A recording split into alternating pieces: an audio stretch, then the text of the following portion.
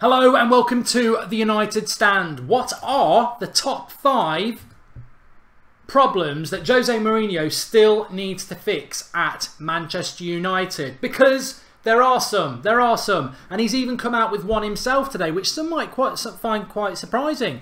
Henrikh Mkhitaryan is a name that José Mourinho has come out with as a problem that still needs to drastically improve at Manchester United. This was specifically relating to the fact that against the top 6 sides he does have a tendency to go missing. We've not played a top 6 side this season yet, and last season Mkhitaryan did have a tendency to go missing. I personally think it's a great point by Mourinho. I think it's like he's got 4 or 5 assists from the first 3 games. I've said I don't think Mkhitaryan's played particularly as good as he can, but in that number 10 position, especially late on in games when teams are trying to create a bit of space themselves, he's an absolute killer. Mkhitaryan has to be one of the first names on the sheet at the moment, but the fact that Mourinho is sort of like saying, you know, we've had a little bit of an international break, focus, you're back at Manchester United now, you've had a decent start to the season, you've dipped your toe in the water, now jump in the bath and let's, because I think Mkhitaryan as an outsider, it's not beyond the realms of possibility for a creator as did Mahrez to win Player of the Year, and Mkhitaryan in that central position, I still think he's got a hell of a lot more to give. Be very, very interesting to see what that will be. Do you agree about the Mkhitaryan thing? But thanks everybody for joining. We've got Rodney joining us in a moment. What are the top 5 things that Manchester United need to resolve at Manchester United? Well, let me just say that we did put this out on Twitter before. Some of these are quite funny. See if you agree before we get into it. Lynn Hall says, get Shaw back, and at his best, he solves a big problem, which is the left-back weakness. We also need more quality crosses and to accommodate Lukaku, Martial, Mickey and Rashford in the same lineup. Jack Marr says, sell Lingard to the Championship, that's a problem. Sell Ashley Young to the Championship, that's another problem. And stick Fellaini to the bench. Jack obviously likes a bit of banter. Also, where was this other one? Noah says defence, to which Daniel James Shaw says, you're having a laugh, we haven't conceded a goal. Our defence can let us down in big games, and especially if we're suffering many injuries, says Pick Me Pogba. I think some people have gone into the future rather than looking at what the problems are that we have now. We also have people saying we need a defensive partnership that should be able to cope with 40 games. Can Phil Jones do that, considering he's only ever played 6? We need backup for Valencia. We need backup for Lukaku, says Scrap Brain Mikey. And also, crosses passing out from the defenders, left back, wing back, says Elmsley. The winger comes in as we would have expected it to. What's everybody else saying on the live comments? Mine are frozen. That's always a helpful thing when your live comments are frozen. Let me get you back. Yes, let's get back.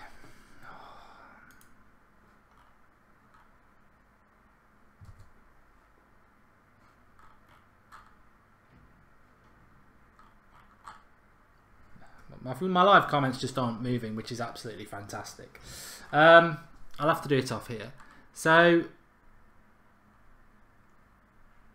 let me just make this big. Get off Fellaini. He does his jobs and chips and in with goals. Get over it. And Lingard brings pace.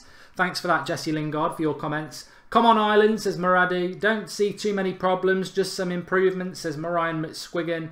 We've got loads of players to cover. Right back, says Craig Curtis. Who do we have covering right back? And how can I call you in Skype, says Shafiat. Well, you have to wait till it's a Skype show for a start. Red for Hot Football News says only 485 viewers. Mate, this is what happens in an international break. For everyone who is tuning in, thank you very much. I don't understand why it goes quiet on an international break. I don't understand why it goes quiet when the transfer window closes. But, you know, my appetite is still there to talk about United, and so is a lot of yours, which is great. So we won't stop. I've had enough of international football, says Kwam Diman. Haven't we all? And what else? This is sort of causing me a bit of a problem, if I'm totally honest. We'll be all right though. We're all right. We'll hang in there. Don't worry. what was I going to do? Yeah, I just want to do this actually. Let's have a look on the OneFootball app. Now you can download this for free. The link is in the video description. Make sure you follow Manchester United and you'll get all your latest news. And I hadn't checked before I went live because I was watching my daughter play football in the pouring rain. Apparently Blaise Matuidi rejected Manchester United, Arsenal and Man City to join Juventus. Of course he did. Of course he did. He rejected way more money in the Premier League. Of course he did. Pair of Manchester United stars named in the best Premier League 11. Ronaldo convinced me to sign for Man City, says Bernardo Silva. Interesting. Phil Jones comes through international break unscathed. You never thought you'd seen that headline. It's a bit like Liverpool win the Premier League, isn't it? Phil Jones comes through international break unscathed. It's very similar to Liverpool winning the league. You never thought you'd see that headline. Andy Cole believes Marcus Rashford can become a global star. And Phil Jones credits Romelu Lukaku and Marcus Rashford for improved form. Well, I suppose that's because he's training against them in training. We've got our Stoke preview tomorrow. And Manchester United target the Ames cheeky dig at Marcus Rashford. Look, Eric Dyer can take a sit down and a big fat L. Because as Chelsea legend Ray Wilkins says there, Chelsea should never have sold Matic. You know, I took the L on Matic. I got it wrong. And I'm more than happy to admit it. Although I will say that he's not the player he was at Chelsea last year and we're getting the best out of him. But in relation to Eric Dyer, I'd rather have Matic over him. And Eric Dyer, didn't you have a pop at Herrera and then you missed the game at Old Trafford because you're a bottler? Is anybody having a problem with this stream tonight? Because I am having a little bit of a problem with my live comments. And I'm wondering if that is replicated for everybody else.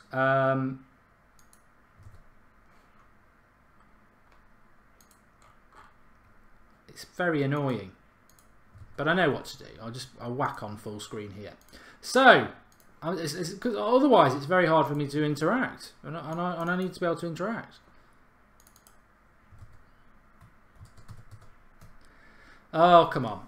Get sharing, guys. Let's get as many people in here as possible, says Zach MU, thanks for that. Ronaldo scored for Portugal, says Adil. Stop talking to me about international football. I don't even like it. It's finished. The only good thing about it was Rashford's goal. And as David Bell says, let's have a big, massive round of applause for Ashley Young, who yet again, when a transfer window closes, miraculously finds fitness. He does it all the bloody time. He does it all the time. Gets himself back fit.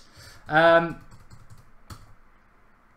right now. No, I just want to open up my Skype and get our Rodney on. I may as well just shut that down. It's not even bloody working. Okay, Mark, we need a marquee signing, says Adil. Not anymore. Should have got cover for Pogba Matic, says Andrew Ellis. Mark, do you think we will see the best of Phil this season? Says Six Verivi. I think he's talking about Phil Jones. Phil Jones will be dictated to by his injury record, won't he? That's what's going to be the thing for him. Nothing else. Zlatan is included in the UEFA Champions League squad. Old news, James Howell, but thank you for that. I love you, Mark, and I look forward to watching you every day, says Toby. At least somebody does. At least somebody does. Wanting Herrera in the starting 11 shows we need more depth, says Paul Robinson. Most overrated player we have. What exactly are his skills? I think you'll need to come on Thursday, Paul, and explain that. Stop calling Portugal a pub league, mate. It's a pub league. I don't call it a pub league. And coincidence, says Kerry. Actually, Young was playing 2 weeks before the window was open for the under-23s. Yeah, he wasn't fit 2 weeks ago, though, was he, Craig? Mark, what do you think the score will be against Stoke? Well, we'll talk about that tomorrow, obviously. But I do think we'll win. Mark, who do you think will be our second highest goal scorer after Lukaku? Rashford. And Kid Savage says, Eric Dyer is a great player and we would be happy to have him. What if Matic gets injured? You play Herrera. We've still got Michael Carrick as well. People seem to forget about that. They do. Why does Mata never get 90 minutes? Says DT Jazz 316. I think it's because he's tired. I think it's because he gets tired. Oh God! I tell you what. I love live content with you lot. But what I hate is when it starts to go a bit wrong. And it can sort of ruin your night. Lukaku is my favourite player. Can't wait till Saturday, bring back real football. We can get Bale and Griezmann, says Crunchy. Mark, in the next 5 years, how many trophies do you think you could win? You can't beat Shaka Phillips for the impossible question. Well, I think we'll win 3 Premier Leagues, 2 League Cups, a Champions League and an FA Cup, and put your mortgage on it, because that's going to happen. Of course, I can't answer that question, Shaka. It's totally and utterly nonsense for me to even try to answer it, as much as I appreciate the question.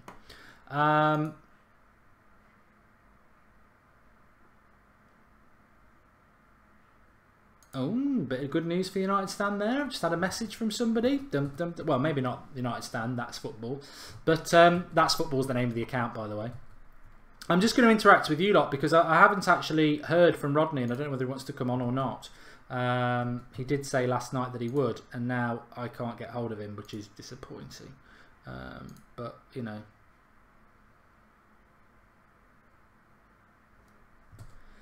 Hello, hello. It's good. Oh, he's coming. It's good to be back. Hello, Rodney. Can you hear me? I can hear you, Mark. Perfect. I was struggling a little bit there. We're struggling a bit tonight with some technical difficulties. How are you? And have you got anything you want to start the show discussing about? Well, do you know what? It's funny.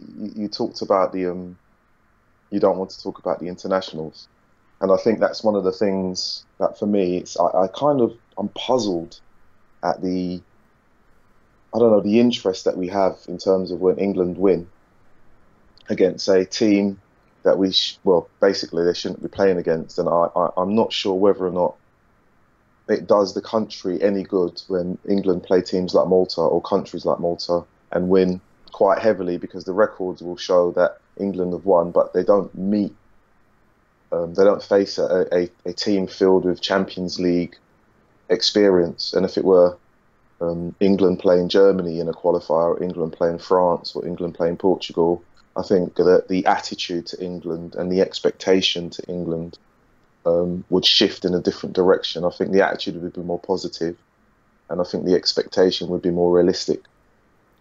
But that's me for now in terms of international football. From England's perspective. It's made me think of 2 things. Rodney is on the show now, so drop a like for Rodney. And also 2 things I do want to discuss, which sort of link in with international football, but they are very Manchester United centric. I want to talk about Wayne Rooney briefly in a moment, but let's talk about Marcus Rashford. I did a video this morning on That's Football, which is a new channel that I'm working with, which is generic football topics, and I've got a bit of stick. If you're not subscribed to That's Football, make sure you search it on YouTube and get involved. There's daily content on there at 7 AM now. I got in trouble for a bit of Manchester United bias, and even Drawty said that's a real bias United article. I said, whoa, that's French for stop a horse. But Marcus Rashford scored a goal for England last night, and the name of the video was Marcus Rashford, the greatest youth talent in the world. Now, obviously, I'm qualified to talk about that because I know I see Rashford a lot, but I think arguably Rashford is the best youth. It's certainly the best youth talent in England. I think he's England's best player already. But Mbappe and Dembele, both gone for around 150 million, let's say, on average. Both played in pub leagues. Rashford's doing it, you know, in a rubbish England side, in a struggling United side at times. I mean, how good do you rate Rashford? I mean, I rate Rashford really, really highly. I think I mentioned to you, I think maybe a couple of shows ago, that in terms of his development, there were still elements of his game that he needed to work on, but he's still a teenager. And when you compare him to Mbappe and Dembele, I think he's very close. I think he's very close in terms of ability. He's definitely a goal threat.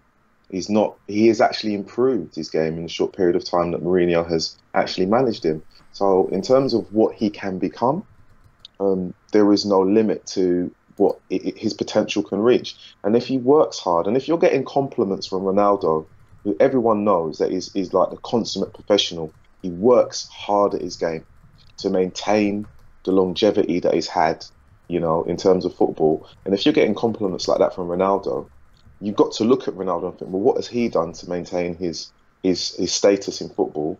And you would only mirror it. So for me, your kind of the video today and what you suggested about Rashford is not inaccurate.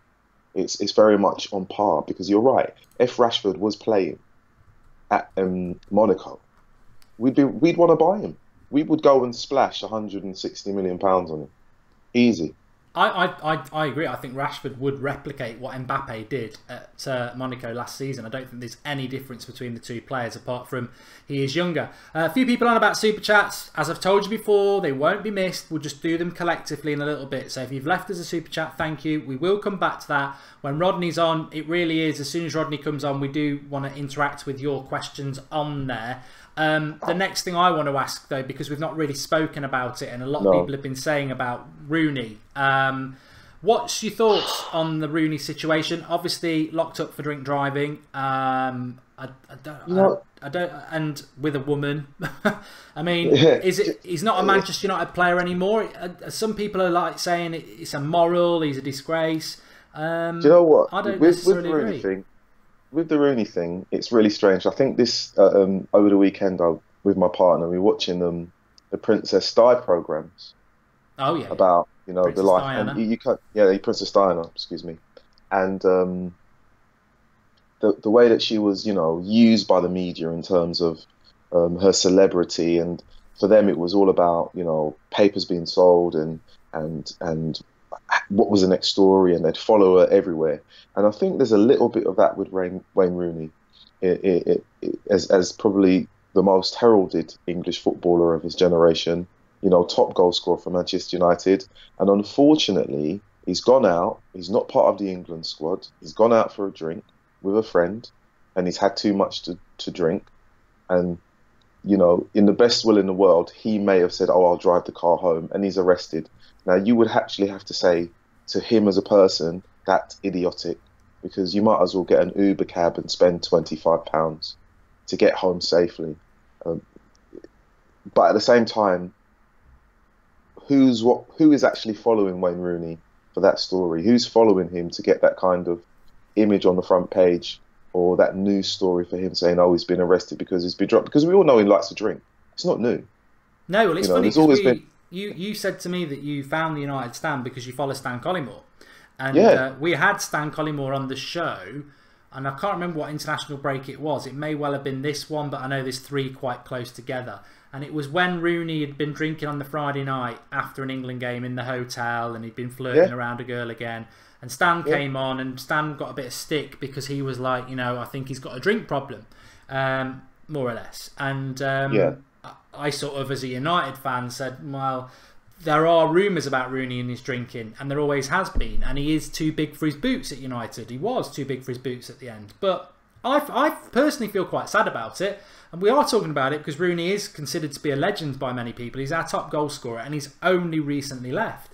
I feel relieved that he's not a United player, because this would just be a load of... I mean, has anybody grasped this? It almost feels like everything Mourinho's doing this season is gold. The Champions League draw is a golden draw. We're top of the league. We've scored 10. We've not conceded any. We've got Zlatan coming back. Lukaku's a hit. Matic is unbelievable to what we saw last season. Our rivals messed up transfer deadline day. Everything's going our way. And then imagine if we'd kept Rooney. Everything's going our way. And then we get this hitting us. It's a big cloud over the club, press, everything like that. He's gone and done it, and he's not a United player anymore. So we don't. From a United perspective, we don't even need to worry about it anymore. Everything is going our way. But I do feel sorry for. I don't feel sorry for him, obviously, because he's a professional footballer. But you can live in a bubble. Apparently, it was only a brake light that caused it going out. He was probably going to go... I mean, Brodie Handy just said the girl he was with lived around the corner from him. I think he meant on the corner. She looks like that sort. And Rooney is silly for doing that, but you can't judge somebody about their marriage morals when they're a footballer. He shouldn't have been drink driving. Of course he shouldn't. He's not the first to do it. He won't be the last. I mean, the Sky Sports presenter, everyone would like to take home. She's got done for it this week. So, of course, as a professional sportsman, there are moral obligations. But my personal thought, Rodney, is that he's not a Manchester United player anymore. He's not our problem. And I just think it's sad because he made the right move. He's gone to his boyhood club. He'd started the season quite well. And there's clearly issues with Rooney, that everything's going right in his life. Fourth kid coming along. And still he's got that self-destruct button. But he's not our problem anymore. And I look back on what Rooney did for United with great fondness now. I mean, I wanted him to go because I felt he was on the decline. And he's somebody else's problem, but I do feel it's sad, and I don't really want to sort of start slagging him off and slate him about something. Yeah, I mean, I do feel a bit sad, and I feel a bit sad in the sense, and I was always one like you, Mark, that wanted Wayne Rooney to move on. I thought his position in the club probably stifled Rashford and Martial more than anything. But I feel sad in the sense that someone who is not a young boy, he's a grown man, who's a family man, didn't have the foresight to kind of plan your night out. And with the amount of money that he would have amassed and earned over his years, get a cab or hire a driver for the night. If you want to go out, I'll tell you what, can I just tell you something accordingly? I was talking to somebody at work about this the other day, and somebody said exactly what you've just said. Why didn't he order a cab? And then this lad jumped in and went, you never order a cab when you're taking a bit on the side home, because the cab driver could sell the story. I know, this lad just works in the office with us. We're like, well, you're not going to be famous, but you've already thought that through. And I thought, actually, that's probably exactly why he was driving, because you get an Uber and you're Wayne Rooney taking some bird that's not your wife home, it's going to be in the paper, isn't it? So, yeah, I mean, that's the bit for me that I think, in terms of him going out and being arrested, I think to myself, plan your night out. Plan your night out accordingly, and don't get caught drink driving or do anything. In fact, order drinks in. Stay at home. Have the drinks come to you. Have your friends come round and watch a film or something, because your status is that big that anything you do around an international break will be highlighted. Because I'm sure if it was during the normal season, he wouldn't even think of going out for a drink, because he'd know that he'd have a game coming up. So that's the bit that I feel sad about. And another one that a lad I worked with also said was that it's really sad if his marriage breaks down. And we were all, why? Because we knew the punchline was coming, because he's not a sincere person. He went, well, we know he likes shagging grannies, and he's been grooming Colleen for years, and now she's nearly getting to that age, and she's going to leave him. And gosh! I just got up. I got up and walked out. I went, look, there's a line. He is a United great. There's a line, and you do not cross it. But there we go. Right, let's start taking... Well, we started the show, Rodney, on what was the top 5 problems for Mourinho still to solve. We've had people saying back up for Valencia, the left-back position, centre-back pairing, because although Jones and Bailey are doing well, can Jones play any more than a handful of games in a row? He's doing well at the moment. How long it will last? Obviously, the winger problem.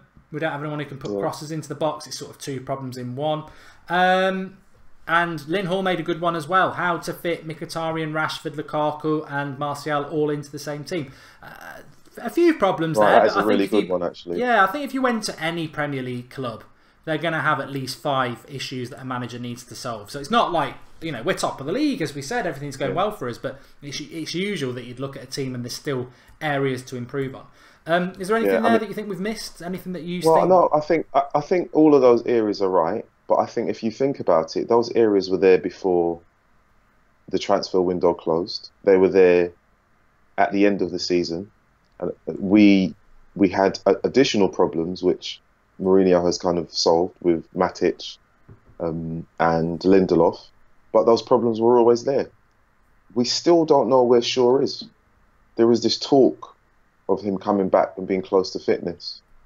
And, we really do need him back. I watched, not to go off the point of Manchester United, but one of the international games with Italy, and Darmian was playing at right back, and I just thought, you can't get in, you won't be able to get into this United team with that performance. He seemed off the pace, he seemed slow to anticipate anything, and he was playing at right back for Italy.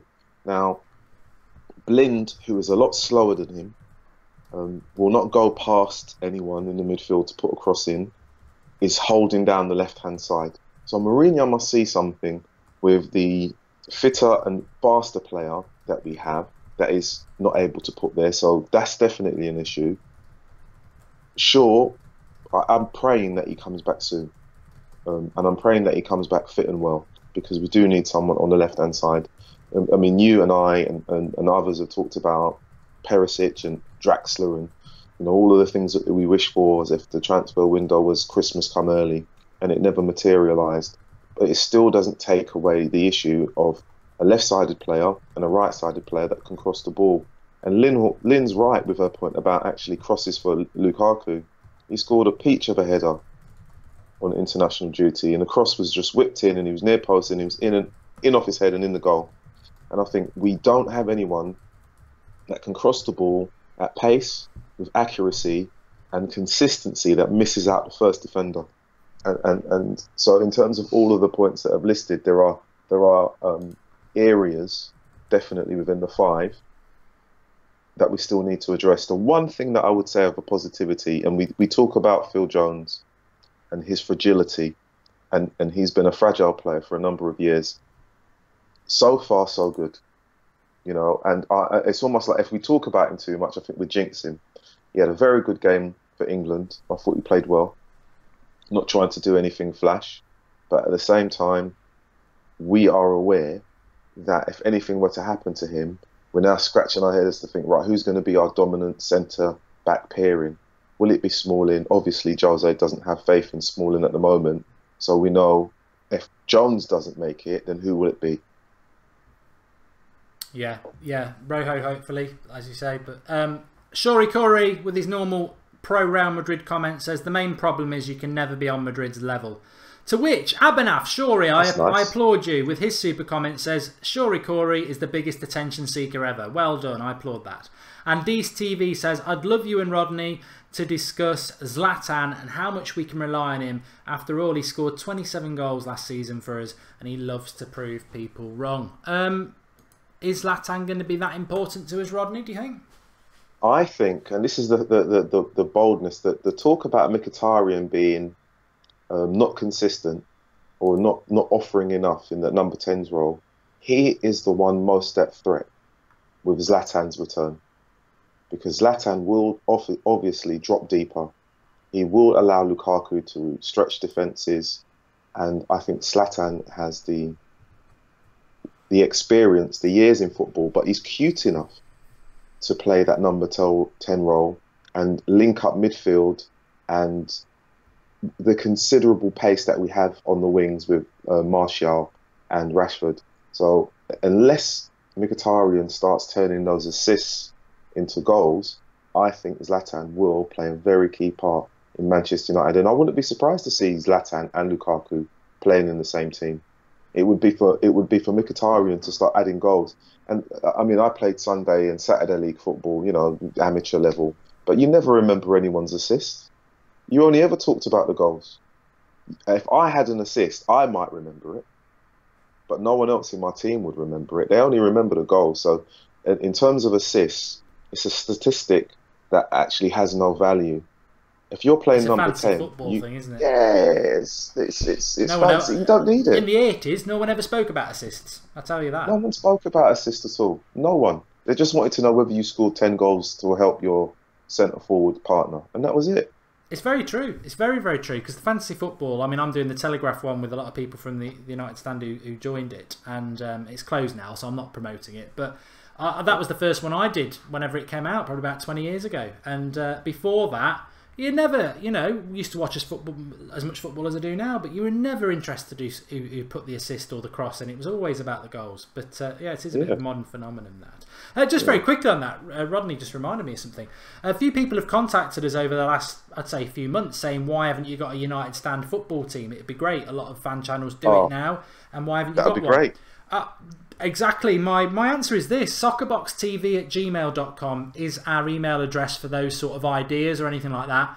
I have not got the time to run a football team. However, if somebody has the experience of it, and I'd say probably wants to set it up, it'd be ideal in London because that's where a lot of the fan channels are, and that's where you're going to get most people easier to travel. Got no problem at all with supplying you with kits and everything like that, and you can play under the United Stand name, and we'll take on other fan channels. I'll even come down and give dressing room talks, and I'll probably even put my shorts on if I can get fit enough and play as a sweeper. I can't set it up. It's a great idea, absolutely great. I know there's a lot of you will be really good footballers. So if anybody is interested in that, has got experience in it, soccerboxtv@gmail.com is the email address. Get an email in there and someone will get back to you. But more than happy to have a United Stand football team. Just haven't got the time to set it up myself. But I would back it. We would put the videos up on the channel. I would turn up. I'd try and play 10 minutes here and there. But yeah, very, very good idea. Soccerboxtv@gmail.com. So that has been mentioned by a lot of people. But you're probably too old for that now, Rodney. Yeah, probably. I think I do walking football. Not joking. Yeah, I'm looking forward to a bit of that. Foot golf. I like that.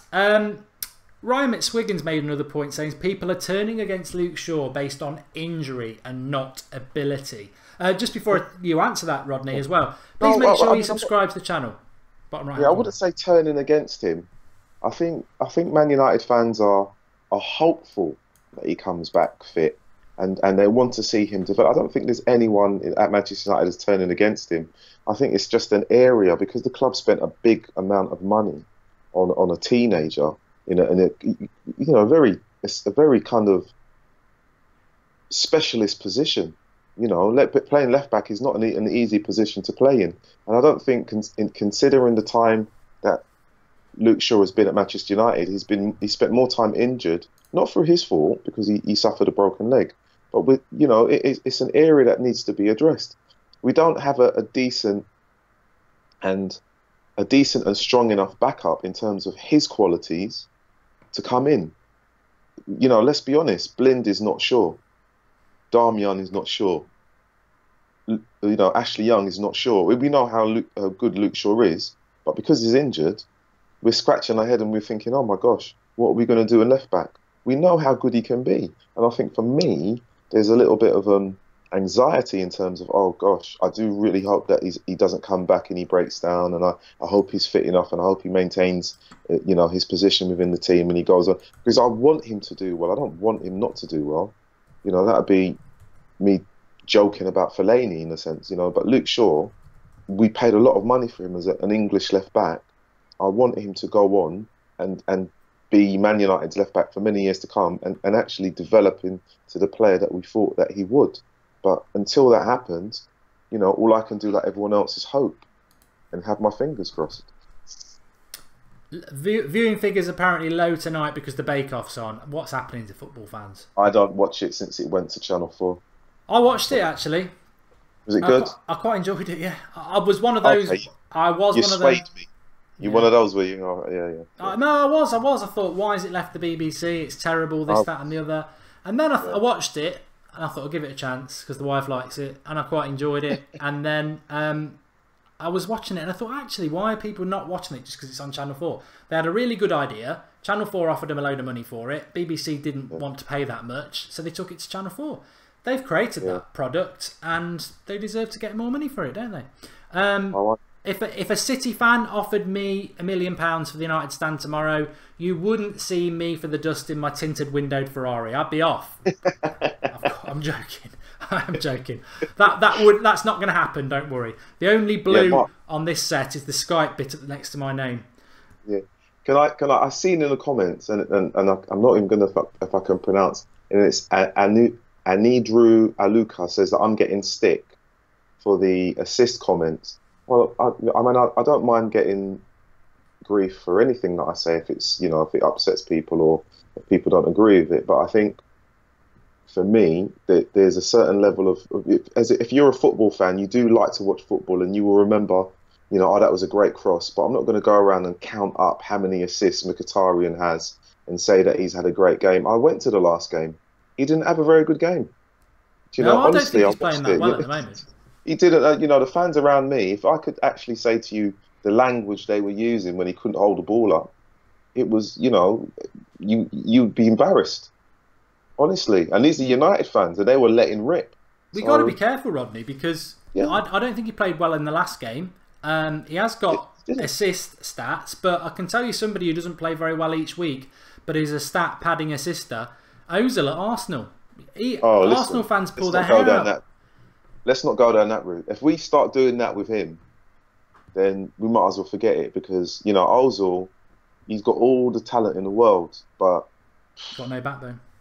Yeah, no, he's got no fight. You need to actually have players that want to fight for your team and actually be aware of the opposition and actually be ready for a tackle and be able to move and turn into positions to protect the ball.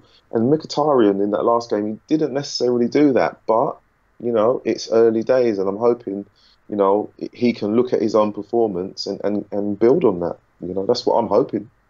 But if he doesn't, Zlatan's ready. Apanan, funny enough, Apanan Shori has made a contribution through the live comments. He says, I think Zlatan would play as a centre attacking midfielder with Mkhitaryan going to right in a 4-2-3-1. And Rashford is amazing, but he tries too hard. He just needs to keep it simple, and he can be one of the best in the EPL. We've said it. Good comment. He needs to get his head up a lot more and show a bit of composure. But he's only 20 on Halloween, so, you know, he's still a very young lad. What's going on here? I don't know what it's doing tonight. My live comments is just messing around a bit. Let me go back to where I was before. Mata is more consistent, says Fionn Curtin. I think they're having a chat in there. Sometimes players don't score a lot of goals, but are still very important to the team, says LW10. Oh yeah, perfect. Yes, I think we totally agree, and I think there's a good and the bad side about the assist thing, because the good side is it highlights players that maybe aren't scoring goals but are, you know, very good players in their creative side of things, and that's good because it's a deeper understanding of football. But it can also be a stat padding thing, like I said about Ozil, where it's, you know, not that important. Andy Pandy, thanks for the contribution. He says, watching many other leagues, I think Shaw is sensational. If I was going to build a Stockholm St. G or a Red Bull Malmo and got to choose 5 players from United, he would be one. Think anyone agrees? Well, Rodney's had his say on Luke Shaw. I like Luke Shaw. I do. I think he's a fantastic player. But much like Phil Jones, and not to the extent of Phil Jones, because Phil Jones has been doing it for 5 years, Luke Shaw's got to get fit, which I think he is at the moment, and he's got to play 20 games. He's got to play 20 games before we can start saying what the future is for him. Because he had a very bad injury, and he might be an injury-prone player for the rest of his life, which I hope he isn't, because I think he's fantastic. I reckon if Mata was Mickey's speed, Mata would be better than Bale. Yeah, good point, MLJ. He's a fantastic player, Mata. Very consistent. Fat Rodney, let's talk about Mata for a moment. Somebody was saying before, why is it that Mata always gets subbed? I think it's just simply down to effort levels, that by the 70th minute, he's quite tired. Yeah. I mean, he's not that young anymore, is he? I think. He's not. I mean, I think is he 29? 29? So I'm not sure. He technically very good player, and I would like. I mean, if he had a little bit more pace, he would be probably phenomenal. But more often than not, for no fault of his own, he plays out wide, which, you know, playing on the wing, you know, you need to have the legs to do that, and, you know, the drive to do it all the time. And I think if you, after a few runs, you know, up to 70 minutes, you will start to wane. And I think Valencia is probably one of the few players that will go the full 90 up and down the wing, and he's the right back. So, you know, Mata, I mean, I do like him, but he's been in this position before Mourinho arrived. You know, it was the same with Lou Van Gaal. Consistent, isn't he? He's so consistent. He was so consistent. But this is the issue that I have, in a sense, when I talk about assists. Mata's a person who actually scores goals. He gets in and he scores goals, you know, and he's probably had quite a few assists, but I remember more of his goals than his assists. And that's the issue that I have with Mkhitaryan, is that I don't want to just talk about your assists, I want the goals. Whereas with Mata, he has the issue of many other players, you know, vying for the same position, him often stuck out on the wing, and then more often than not, he's the first one to be substituted. I have to be honest, that the last game, everyone thought that Mkhitaryan was getting taken off. So we were really surprised to see Mata taken off. You know, and we thought Mkhitaryan would have been taken off and Mata would have gone into the middle, but he didn't do that. So, you know, yeah, Mata has been a consistent come off at 70 minutes, probably for the last couple of years now. And I think it's to do with, you know, he put so much effort in that he probably is the most tired player at that point. I mean, he could comfortably play 90, but, you know, football is not really, it's not an 11-a-side game anymore. You know, substitutions, as we've seen with Marshall in this season already. And Rashford when he came on, and Fellaini and Lingard in the last game. Your subs can, you know, be the difference between a draw and a win. So it is a 14-man game now. So you've got to use your subs wisely. But yeah, Mata, you know, Mata's a fantastic player. Thax just asked you another question, Rodney. It's replacement for Valencia. I don't think Valencia will play every game this season. I think he's another player who is into his 30s now. Puts a lot of effort into his game. We saw him get rested for a lot of games between Christmas and the end of the season last year. Jose Mendes on loan. We've obviously got Darmian. People are asking, you know, what's the long-term successor for Valencia? Is it a signing or is there anyone at the club? I mean, Twansibi's still at the club. I'm very impressed with Twansibi. I don't know whether he sees him as a right-back, though, but I like Twansibi. I really do. Yeah, I mean, I would have thought that Twansibi could be his successor. I think he's an intelligent player, but he like Fosu Mensah can play either central or on the right side. It's a toss-up between the two, but I mean, going back to the transfer window, I'm slightly sad that we didn't get Aurier, who's gone to Spurs, because he would have been a superb, you know, backup, or even, you know, to take over the first place of right back for Tony Valencia. In my head, I had, you know, the visions that Aurier was at United and Valencia would play in central midfield with Matic and actually bolster the midfield and allow Pogba to just go on up front and do his tricks and flicks and score more goals. But, you know, that didn't happen. Keep the questions coming in for Rodney. Remember to drop a like on the video. It'd be nice to get up to 500 likes while we're live. And if you are new to the United Stand, we are only 10 off 132,800, a nice round number. Make sure you click that hologram in the bottom right hand corner and subscribe to the channel. Fantastic community we have on the United Stand. If you're part of it, you'll see the live comments next to me. Live every night at 8 o'clock. We've got the watch along back for the Stoke game on Saturday. We'll be live at 4:30 with the team news right the way through till full time. Preview the Stoke game tomorrow with all the tactics, the yellow pen and all that jazz, live at 8 o'clock, so get involved. But yeah, let's see if we can get up to 800 tonight. Whiskey Boys MUFC says Mata is one of the most technically gifted players in the team, a great player. I love, you know, I think players like that are so important.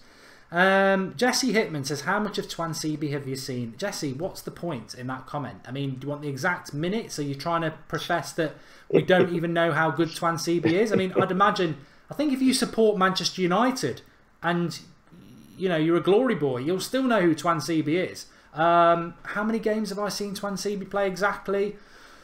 Quite a few, but to be honest, they don't really mean anything because most of them are in the youth setup. So I've probably seen him play a handful of games for the first team and been impressed with him. I saw him play about 10 minutes. I think that's all he got in the US tour. Played very, very well. He looks ready to me. I think those games against Arsenal and Spurs at the end of the season, Rodney, were the big ones, because Arsenal, Spurs away, they both played their best team. We were resting players. He played as a centre defensive midfielder, and he didn't look out of place. I think it's going to be interesting to see where he ends up position wise.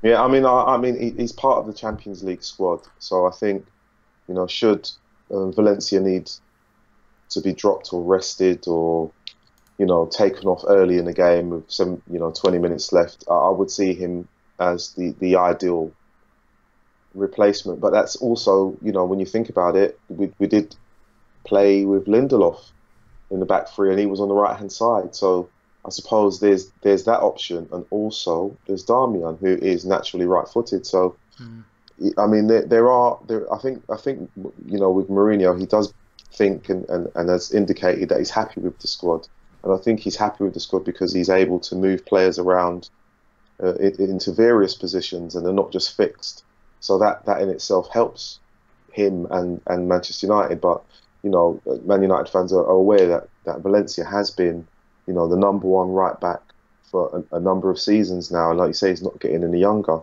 So we need to think about how we're going to strengthen that position and who will his rightful successor be. It could be Twansibi, but it could be another buy from another club. So we have to wait and see. Lukaku the Tank says, what do you think about Tahith Chong? Well, he had a knee injury, but he's potentially a fantastic player. Really, we've got so many exciting young players. We bought the lad yesterday, from Espanyol 16, but we've bought loads. The youth setup is very, very exciting at Manchester United. MLG's asked a good question. Rodney, get you thinking cap on. He basically said, who do you think is the best manager of all time apart from Sir Alex Ferguson? Gary got in there very quickly. You can't use this one. Gary said David Moyes, so you can't have Moyes. You have to think of somebody else. Sadiq, yes, I do think Tahith Chong and Angel Gomez can become future stars. That we've answered your question about Valencia.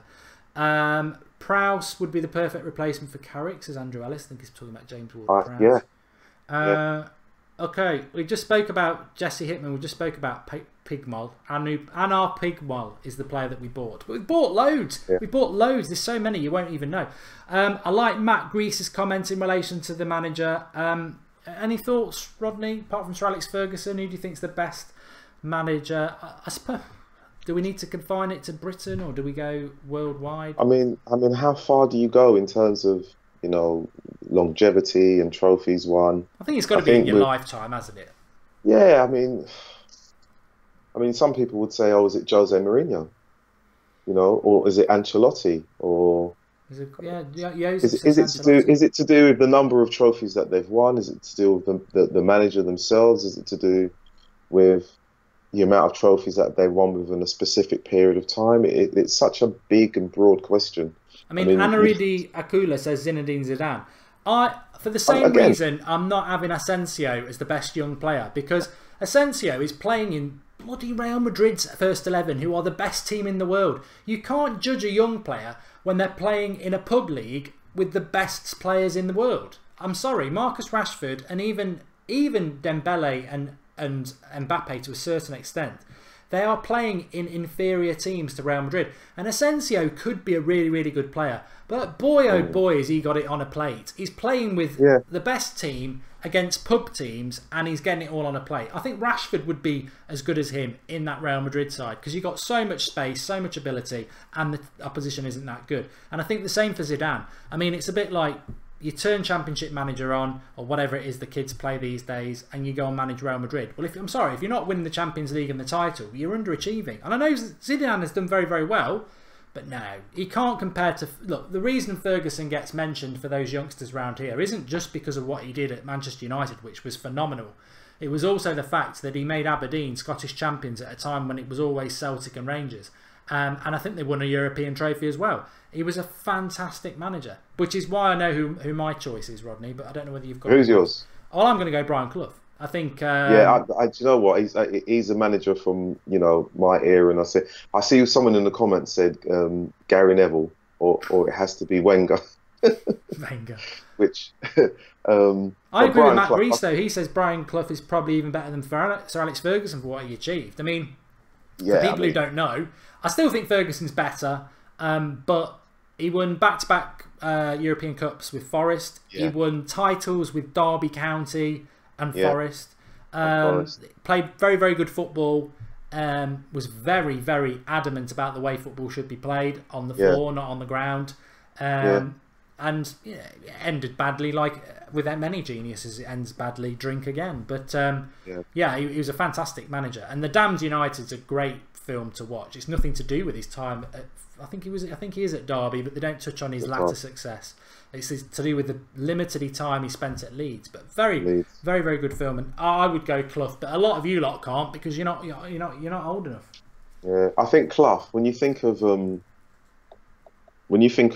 managers who are quick with the quip and the sarcasm, and are able to handle journalists with one sentence, he was king. You know, and I think many journalists were wary of him, but also tried to provoke him so that he might say something. And I think he was one. I think if he was a manager in the modern age, I think he might. Well, I don't know if he would struggle, actually, because he did like to play a particular way, and he did encourage good football. So I think he would do well. I think he would do well now, actually. Ferris Oddy says, I like Mark, but his bias is too much. What bias? I don't know how I've been biased tonight. Gary Neville. Gary Neville. My Gary Neville bias that he's a bad manager. Sorry. Look, Roy Keane, as I said last night, my favourite United player I've seen in my lifetime is Roy Keane. He's not a very good manager. You know, fantastic footballers don't necessarily make great managers. Look at Mourinho. He wasn't a very good footballer. Funnily enough, Ferguson and Clough had quite similar backgrounds. They were good strikers who both had... I think, I'm not 100% sure about Ferguson, but definitely in the case of Clough, had their injuries sort of cut short, careers cut short because of injury. But yeah, a lot of managers are flawed players for whatever reason, apart from obviously Zidane and Cruyff, who was very, very good. Yeah. Cruyff was very good as well. And Van Gaal did well first time round. Yeah, he did. He did. Sometimes they shouldn't come back round. Yeah, he should have been left and never turned back round. I agree with Andrew, awesome guy. If Asensio was at West Ham, he'd just be another Carlton Cole. I agree. I'm winding up the Asensio lovers tonight. I think I might do a video on That's Football tomorrow. Why Asensio is crap. I think I'm going to call it that. I'm sure it'll get a lot of views and dislikes.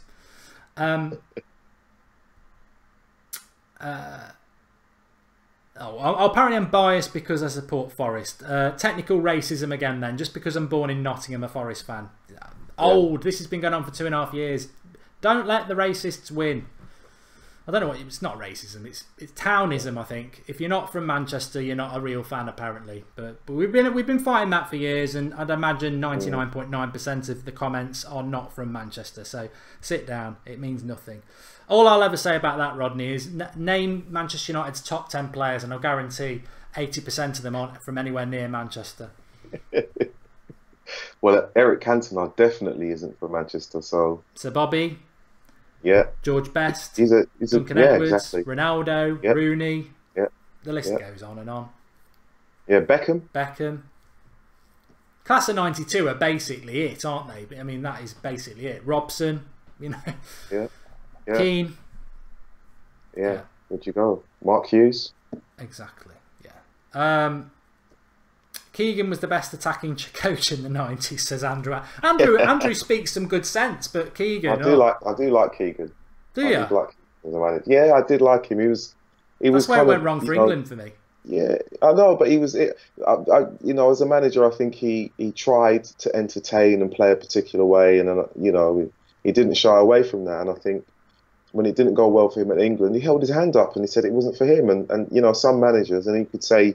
you could point to a certain North London club where the manager, and it's not going well, and they still kind of, put their head down and, ignore what's going on and say they're still the person to run the club. Whereas Keegan realised himself, he thought, no, my time's come to an end, and he moved on. So I'm liking Lynn Hall's comment. Bobby Robson. I liked Bobby Robson a lot. Oh, Bobby was a gentleman, wasn't he? True gentleman. He was great. True gentleman. Del Boy Rodney. Del Boy Bateman says, I was married in Nottingham, lived in Ilkeston for 20 years. Nothing wrong with Nottingham. No, there isn't. A lot of Asensio love in the comments. They're all coming out. Just people, look, the first 20 minutes we do talk about United stuff, and then it sort of turns into a YouTube sort of podcast thing with me and Rodney on a Tuesday night. We just chat about all sorts of stuff that you sort of bring up. So if you like it, drop a like. Fellaini is the #1 player in the world. People are getting silly now. Vicster. There was a comment I wanted to go back to, and I completely forgot what it was. Was there anything else you wanted to say, Rodney? Well, I can say when Fellaini scored in the last game, the fans in the East Stand were singing his name, in a kind of comedy way, because they couldn't believe that he'd come off the bench and scored the second goal. He's a cult hero, isn't he? I say cult. I think that, a cult. I think over time, and me and my brother have had conversations about this, and he swore to me, he said, "Oh, he's not leaving, and Mourinho will use him more and more and more." And I was like, "No, he's definitely going. He's definitely going." And I just don't. I've got this feeling that he'd be one of the people that, when we need like a 3 points against a top team, he'll pop up and score a goal. Yeah. I've sort of. He isn't going to go. Your brother's right, and I think 4 years he's been here now. I can't believe it. He's not I cannot believe it. He'll be there. He'll be here for 8 years probably. We might do a podcast at some point on it. 'Cause it's a good idea. It's time. Time's the key. As I said, Soccerboxtv@gmail.com is our email for ideas and stuff like that. If you want to send videos in, if you think you're good enough and all that jazz. Somebody actually said, "Where's Xander?" Xander's doing stuff on That's Football channel at the moment. So, and he's been absolutely fantastic. I've watched him, and I'm priming myself to be next, Mark. Don't you worry about that. I've just realised we actually have got a podcast. I'm there going, oh, it's a good idea. We do have a podcast. I'm just not on it. It's Paul and they record in the same time. I believe they record at 8 tonight on a Tuesday. Yeah, it goes up on the website. It's already up. It went up last night. TheUnitedStand.com. Go on there, you'll find the podcast. There's loads of really good. It's, again, a bit of a cult, a bit like Fellaini. It's on the bench, and it's a bit of a cult thing that people discover. I don't promote it enough because I'm not on it, and I'm really big. I've got a really big ego. I listen to it. Yeah, so you can find that on the website. So we've got that. And as I was saying, soccerboxtv@gmail.com is our email address. And as I was saying about half an hour ago, if anybody wants to do a United Stand football side, or you want to play for a football side, and you want to run it for us, and you've got experience in that, and you're probably London based, then get involved. But views are dropping. I don't know why. I don't know whether it's lag or whatever like that. Maybe people can know. I'm getting problems. Mad lag. Apparently we're getting loads of lag, which is a shame. I don't know why that is. But we will end it there. Rodney, what's your Twitter? My Twitter is @Rodney_Cyrus with a C. Brilliant. Okay, I'm going to end it, folks, because there is lag, and I've got no idea why. Makes no sense to us here. But thanks everyone for watching. Back tomorrow at 8 o'clock with the Stoke v United preview. Soccerboxtv@gmail.com if you want to get involved in the United Stand football team and you want to help run it. Subscribe, bottom right hand corner. Drop a like on the video, and thanks everyone for watching. Cheers, Mark. I don't know why it was lagging at the end. Yeah.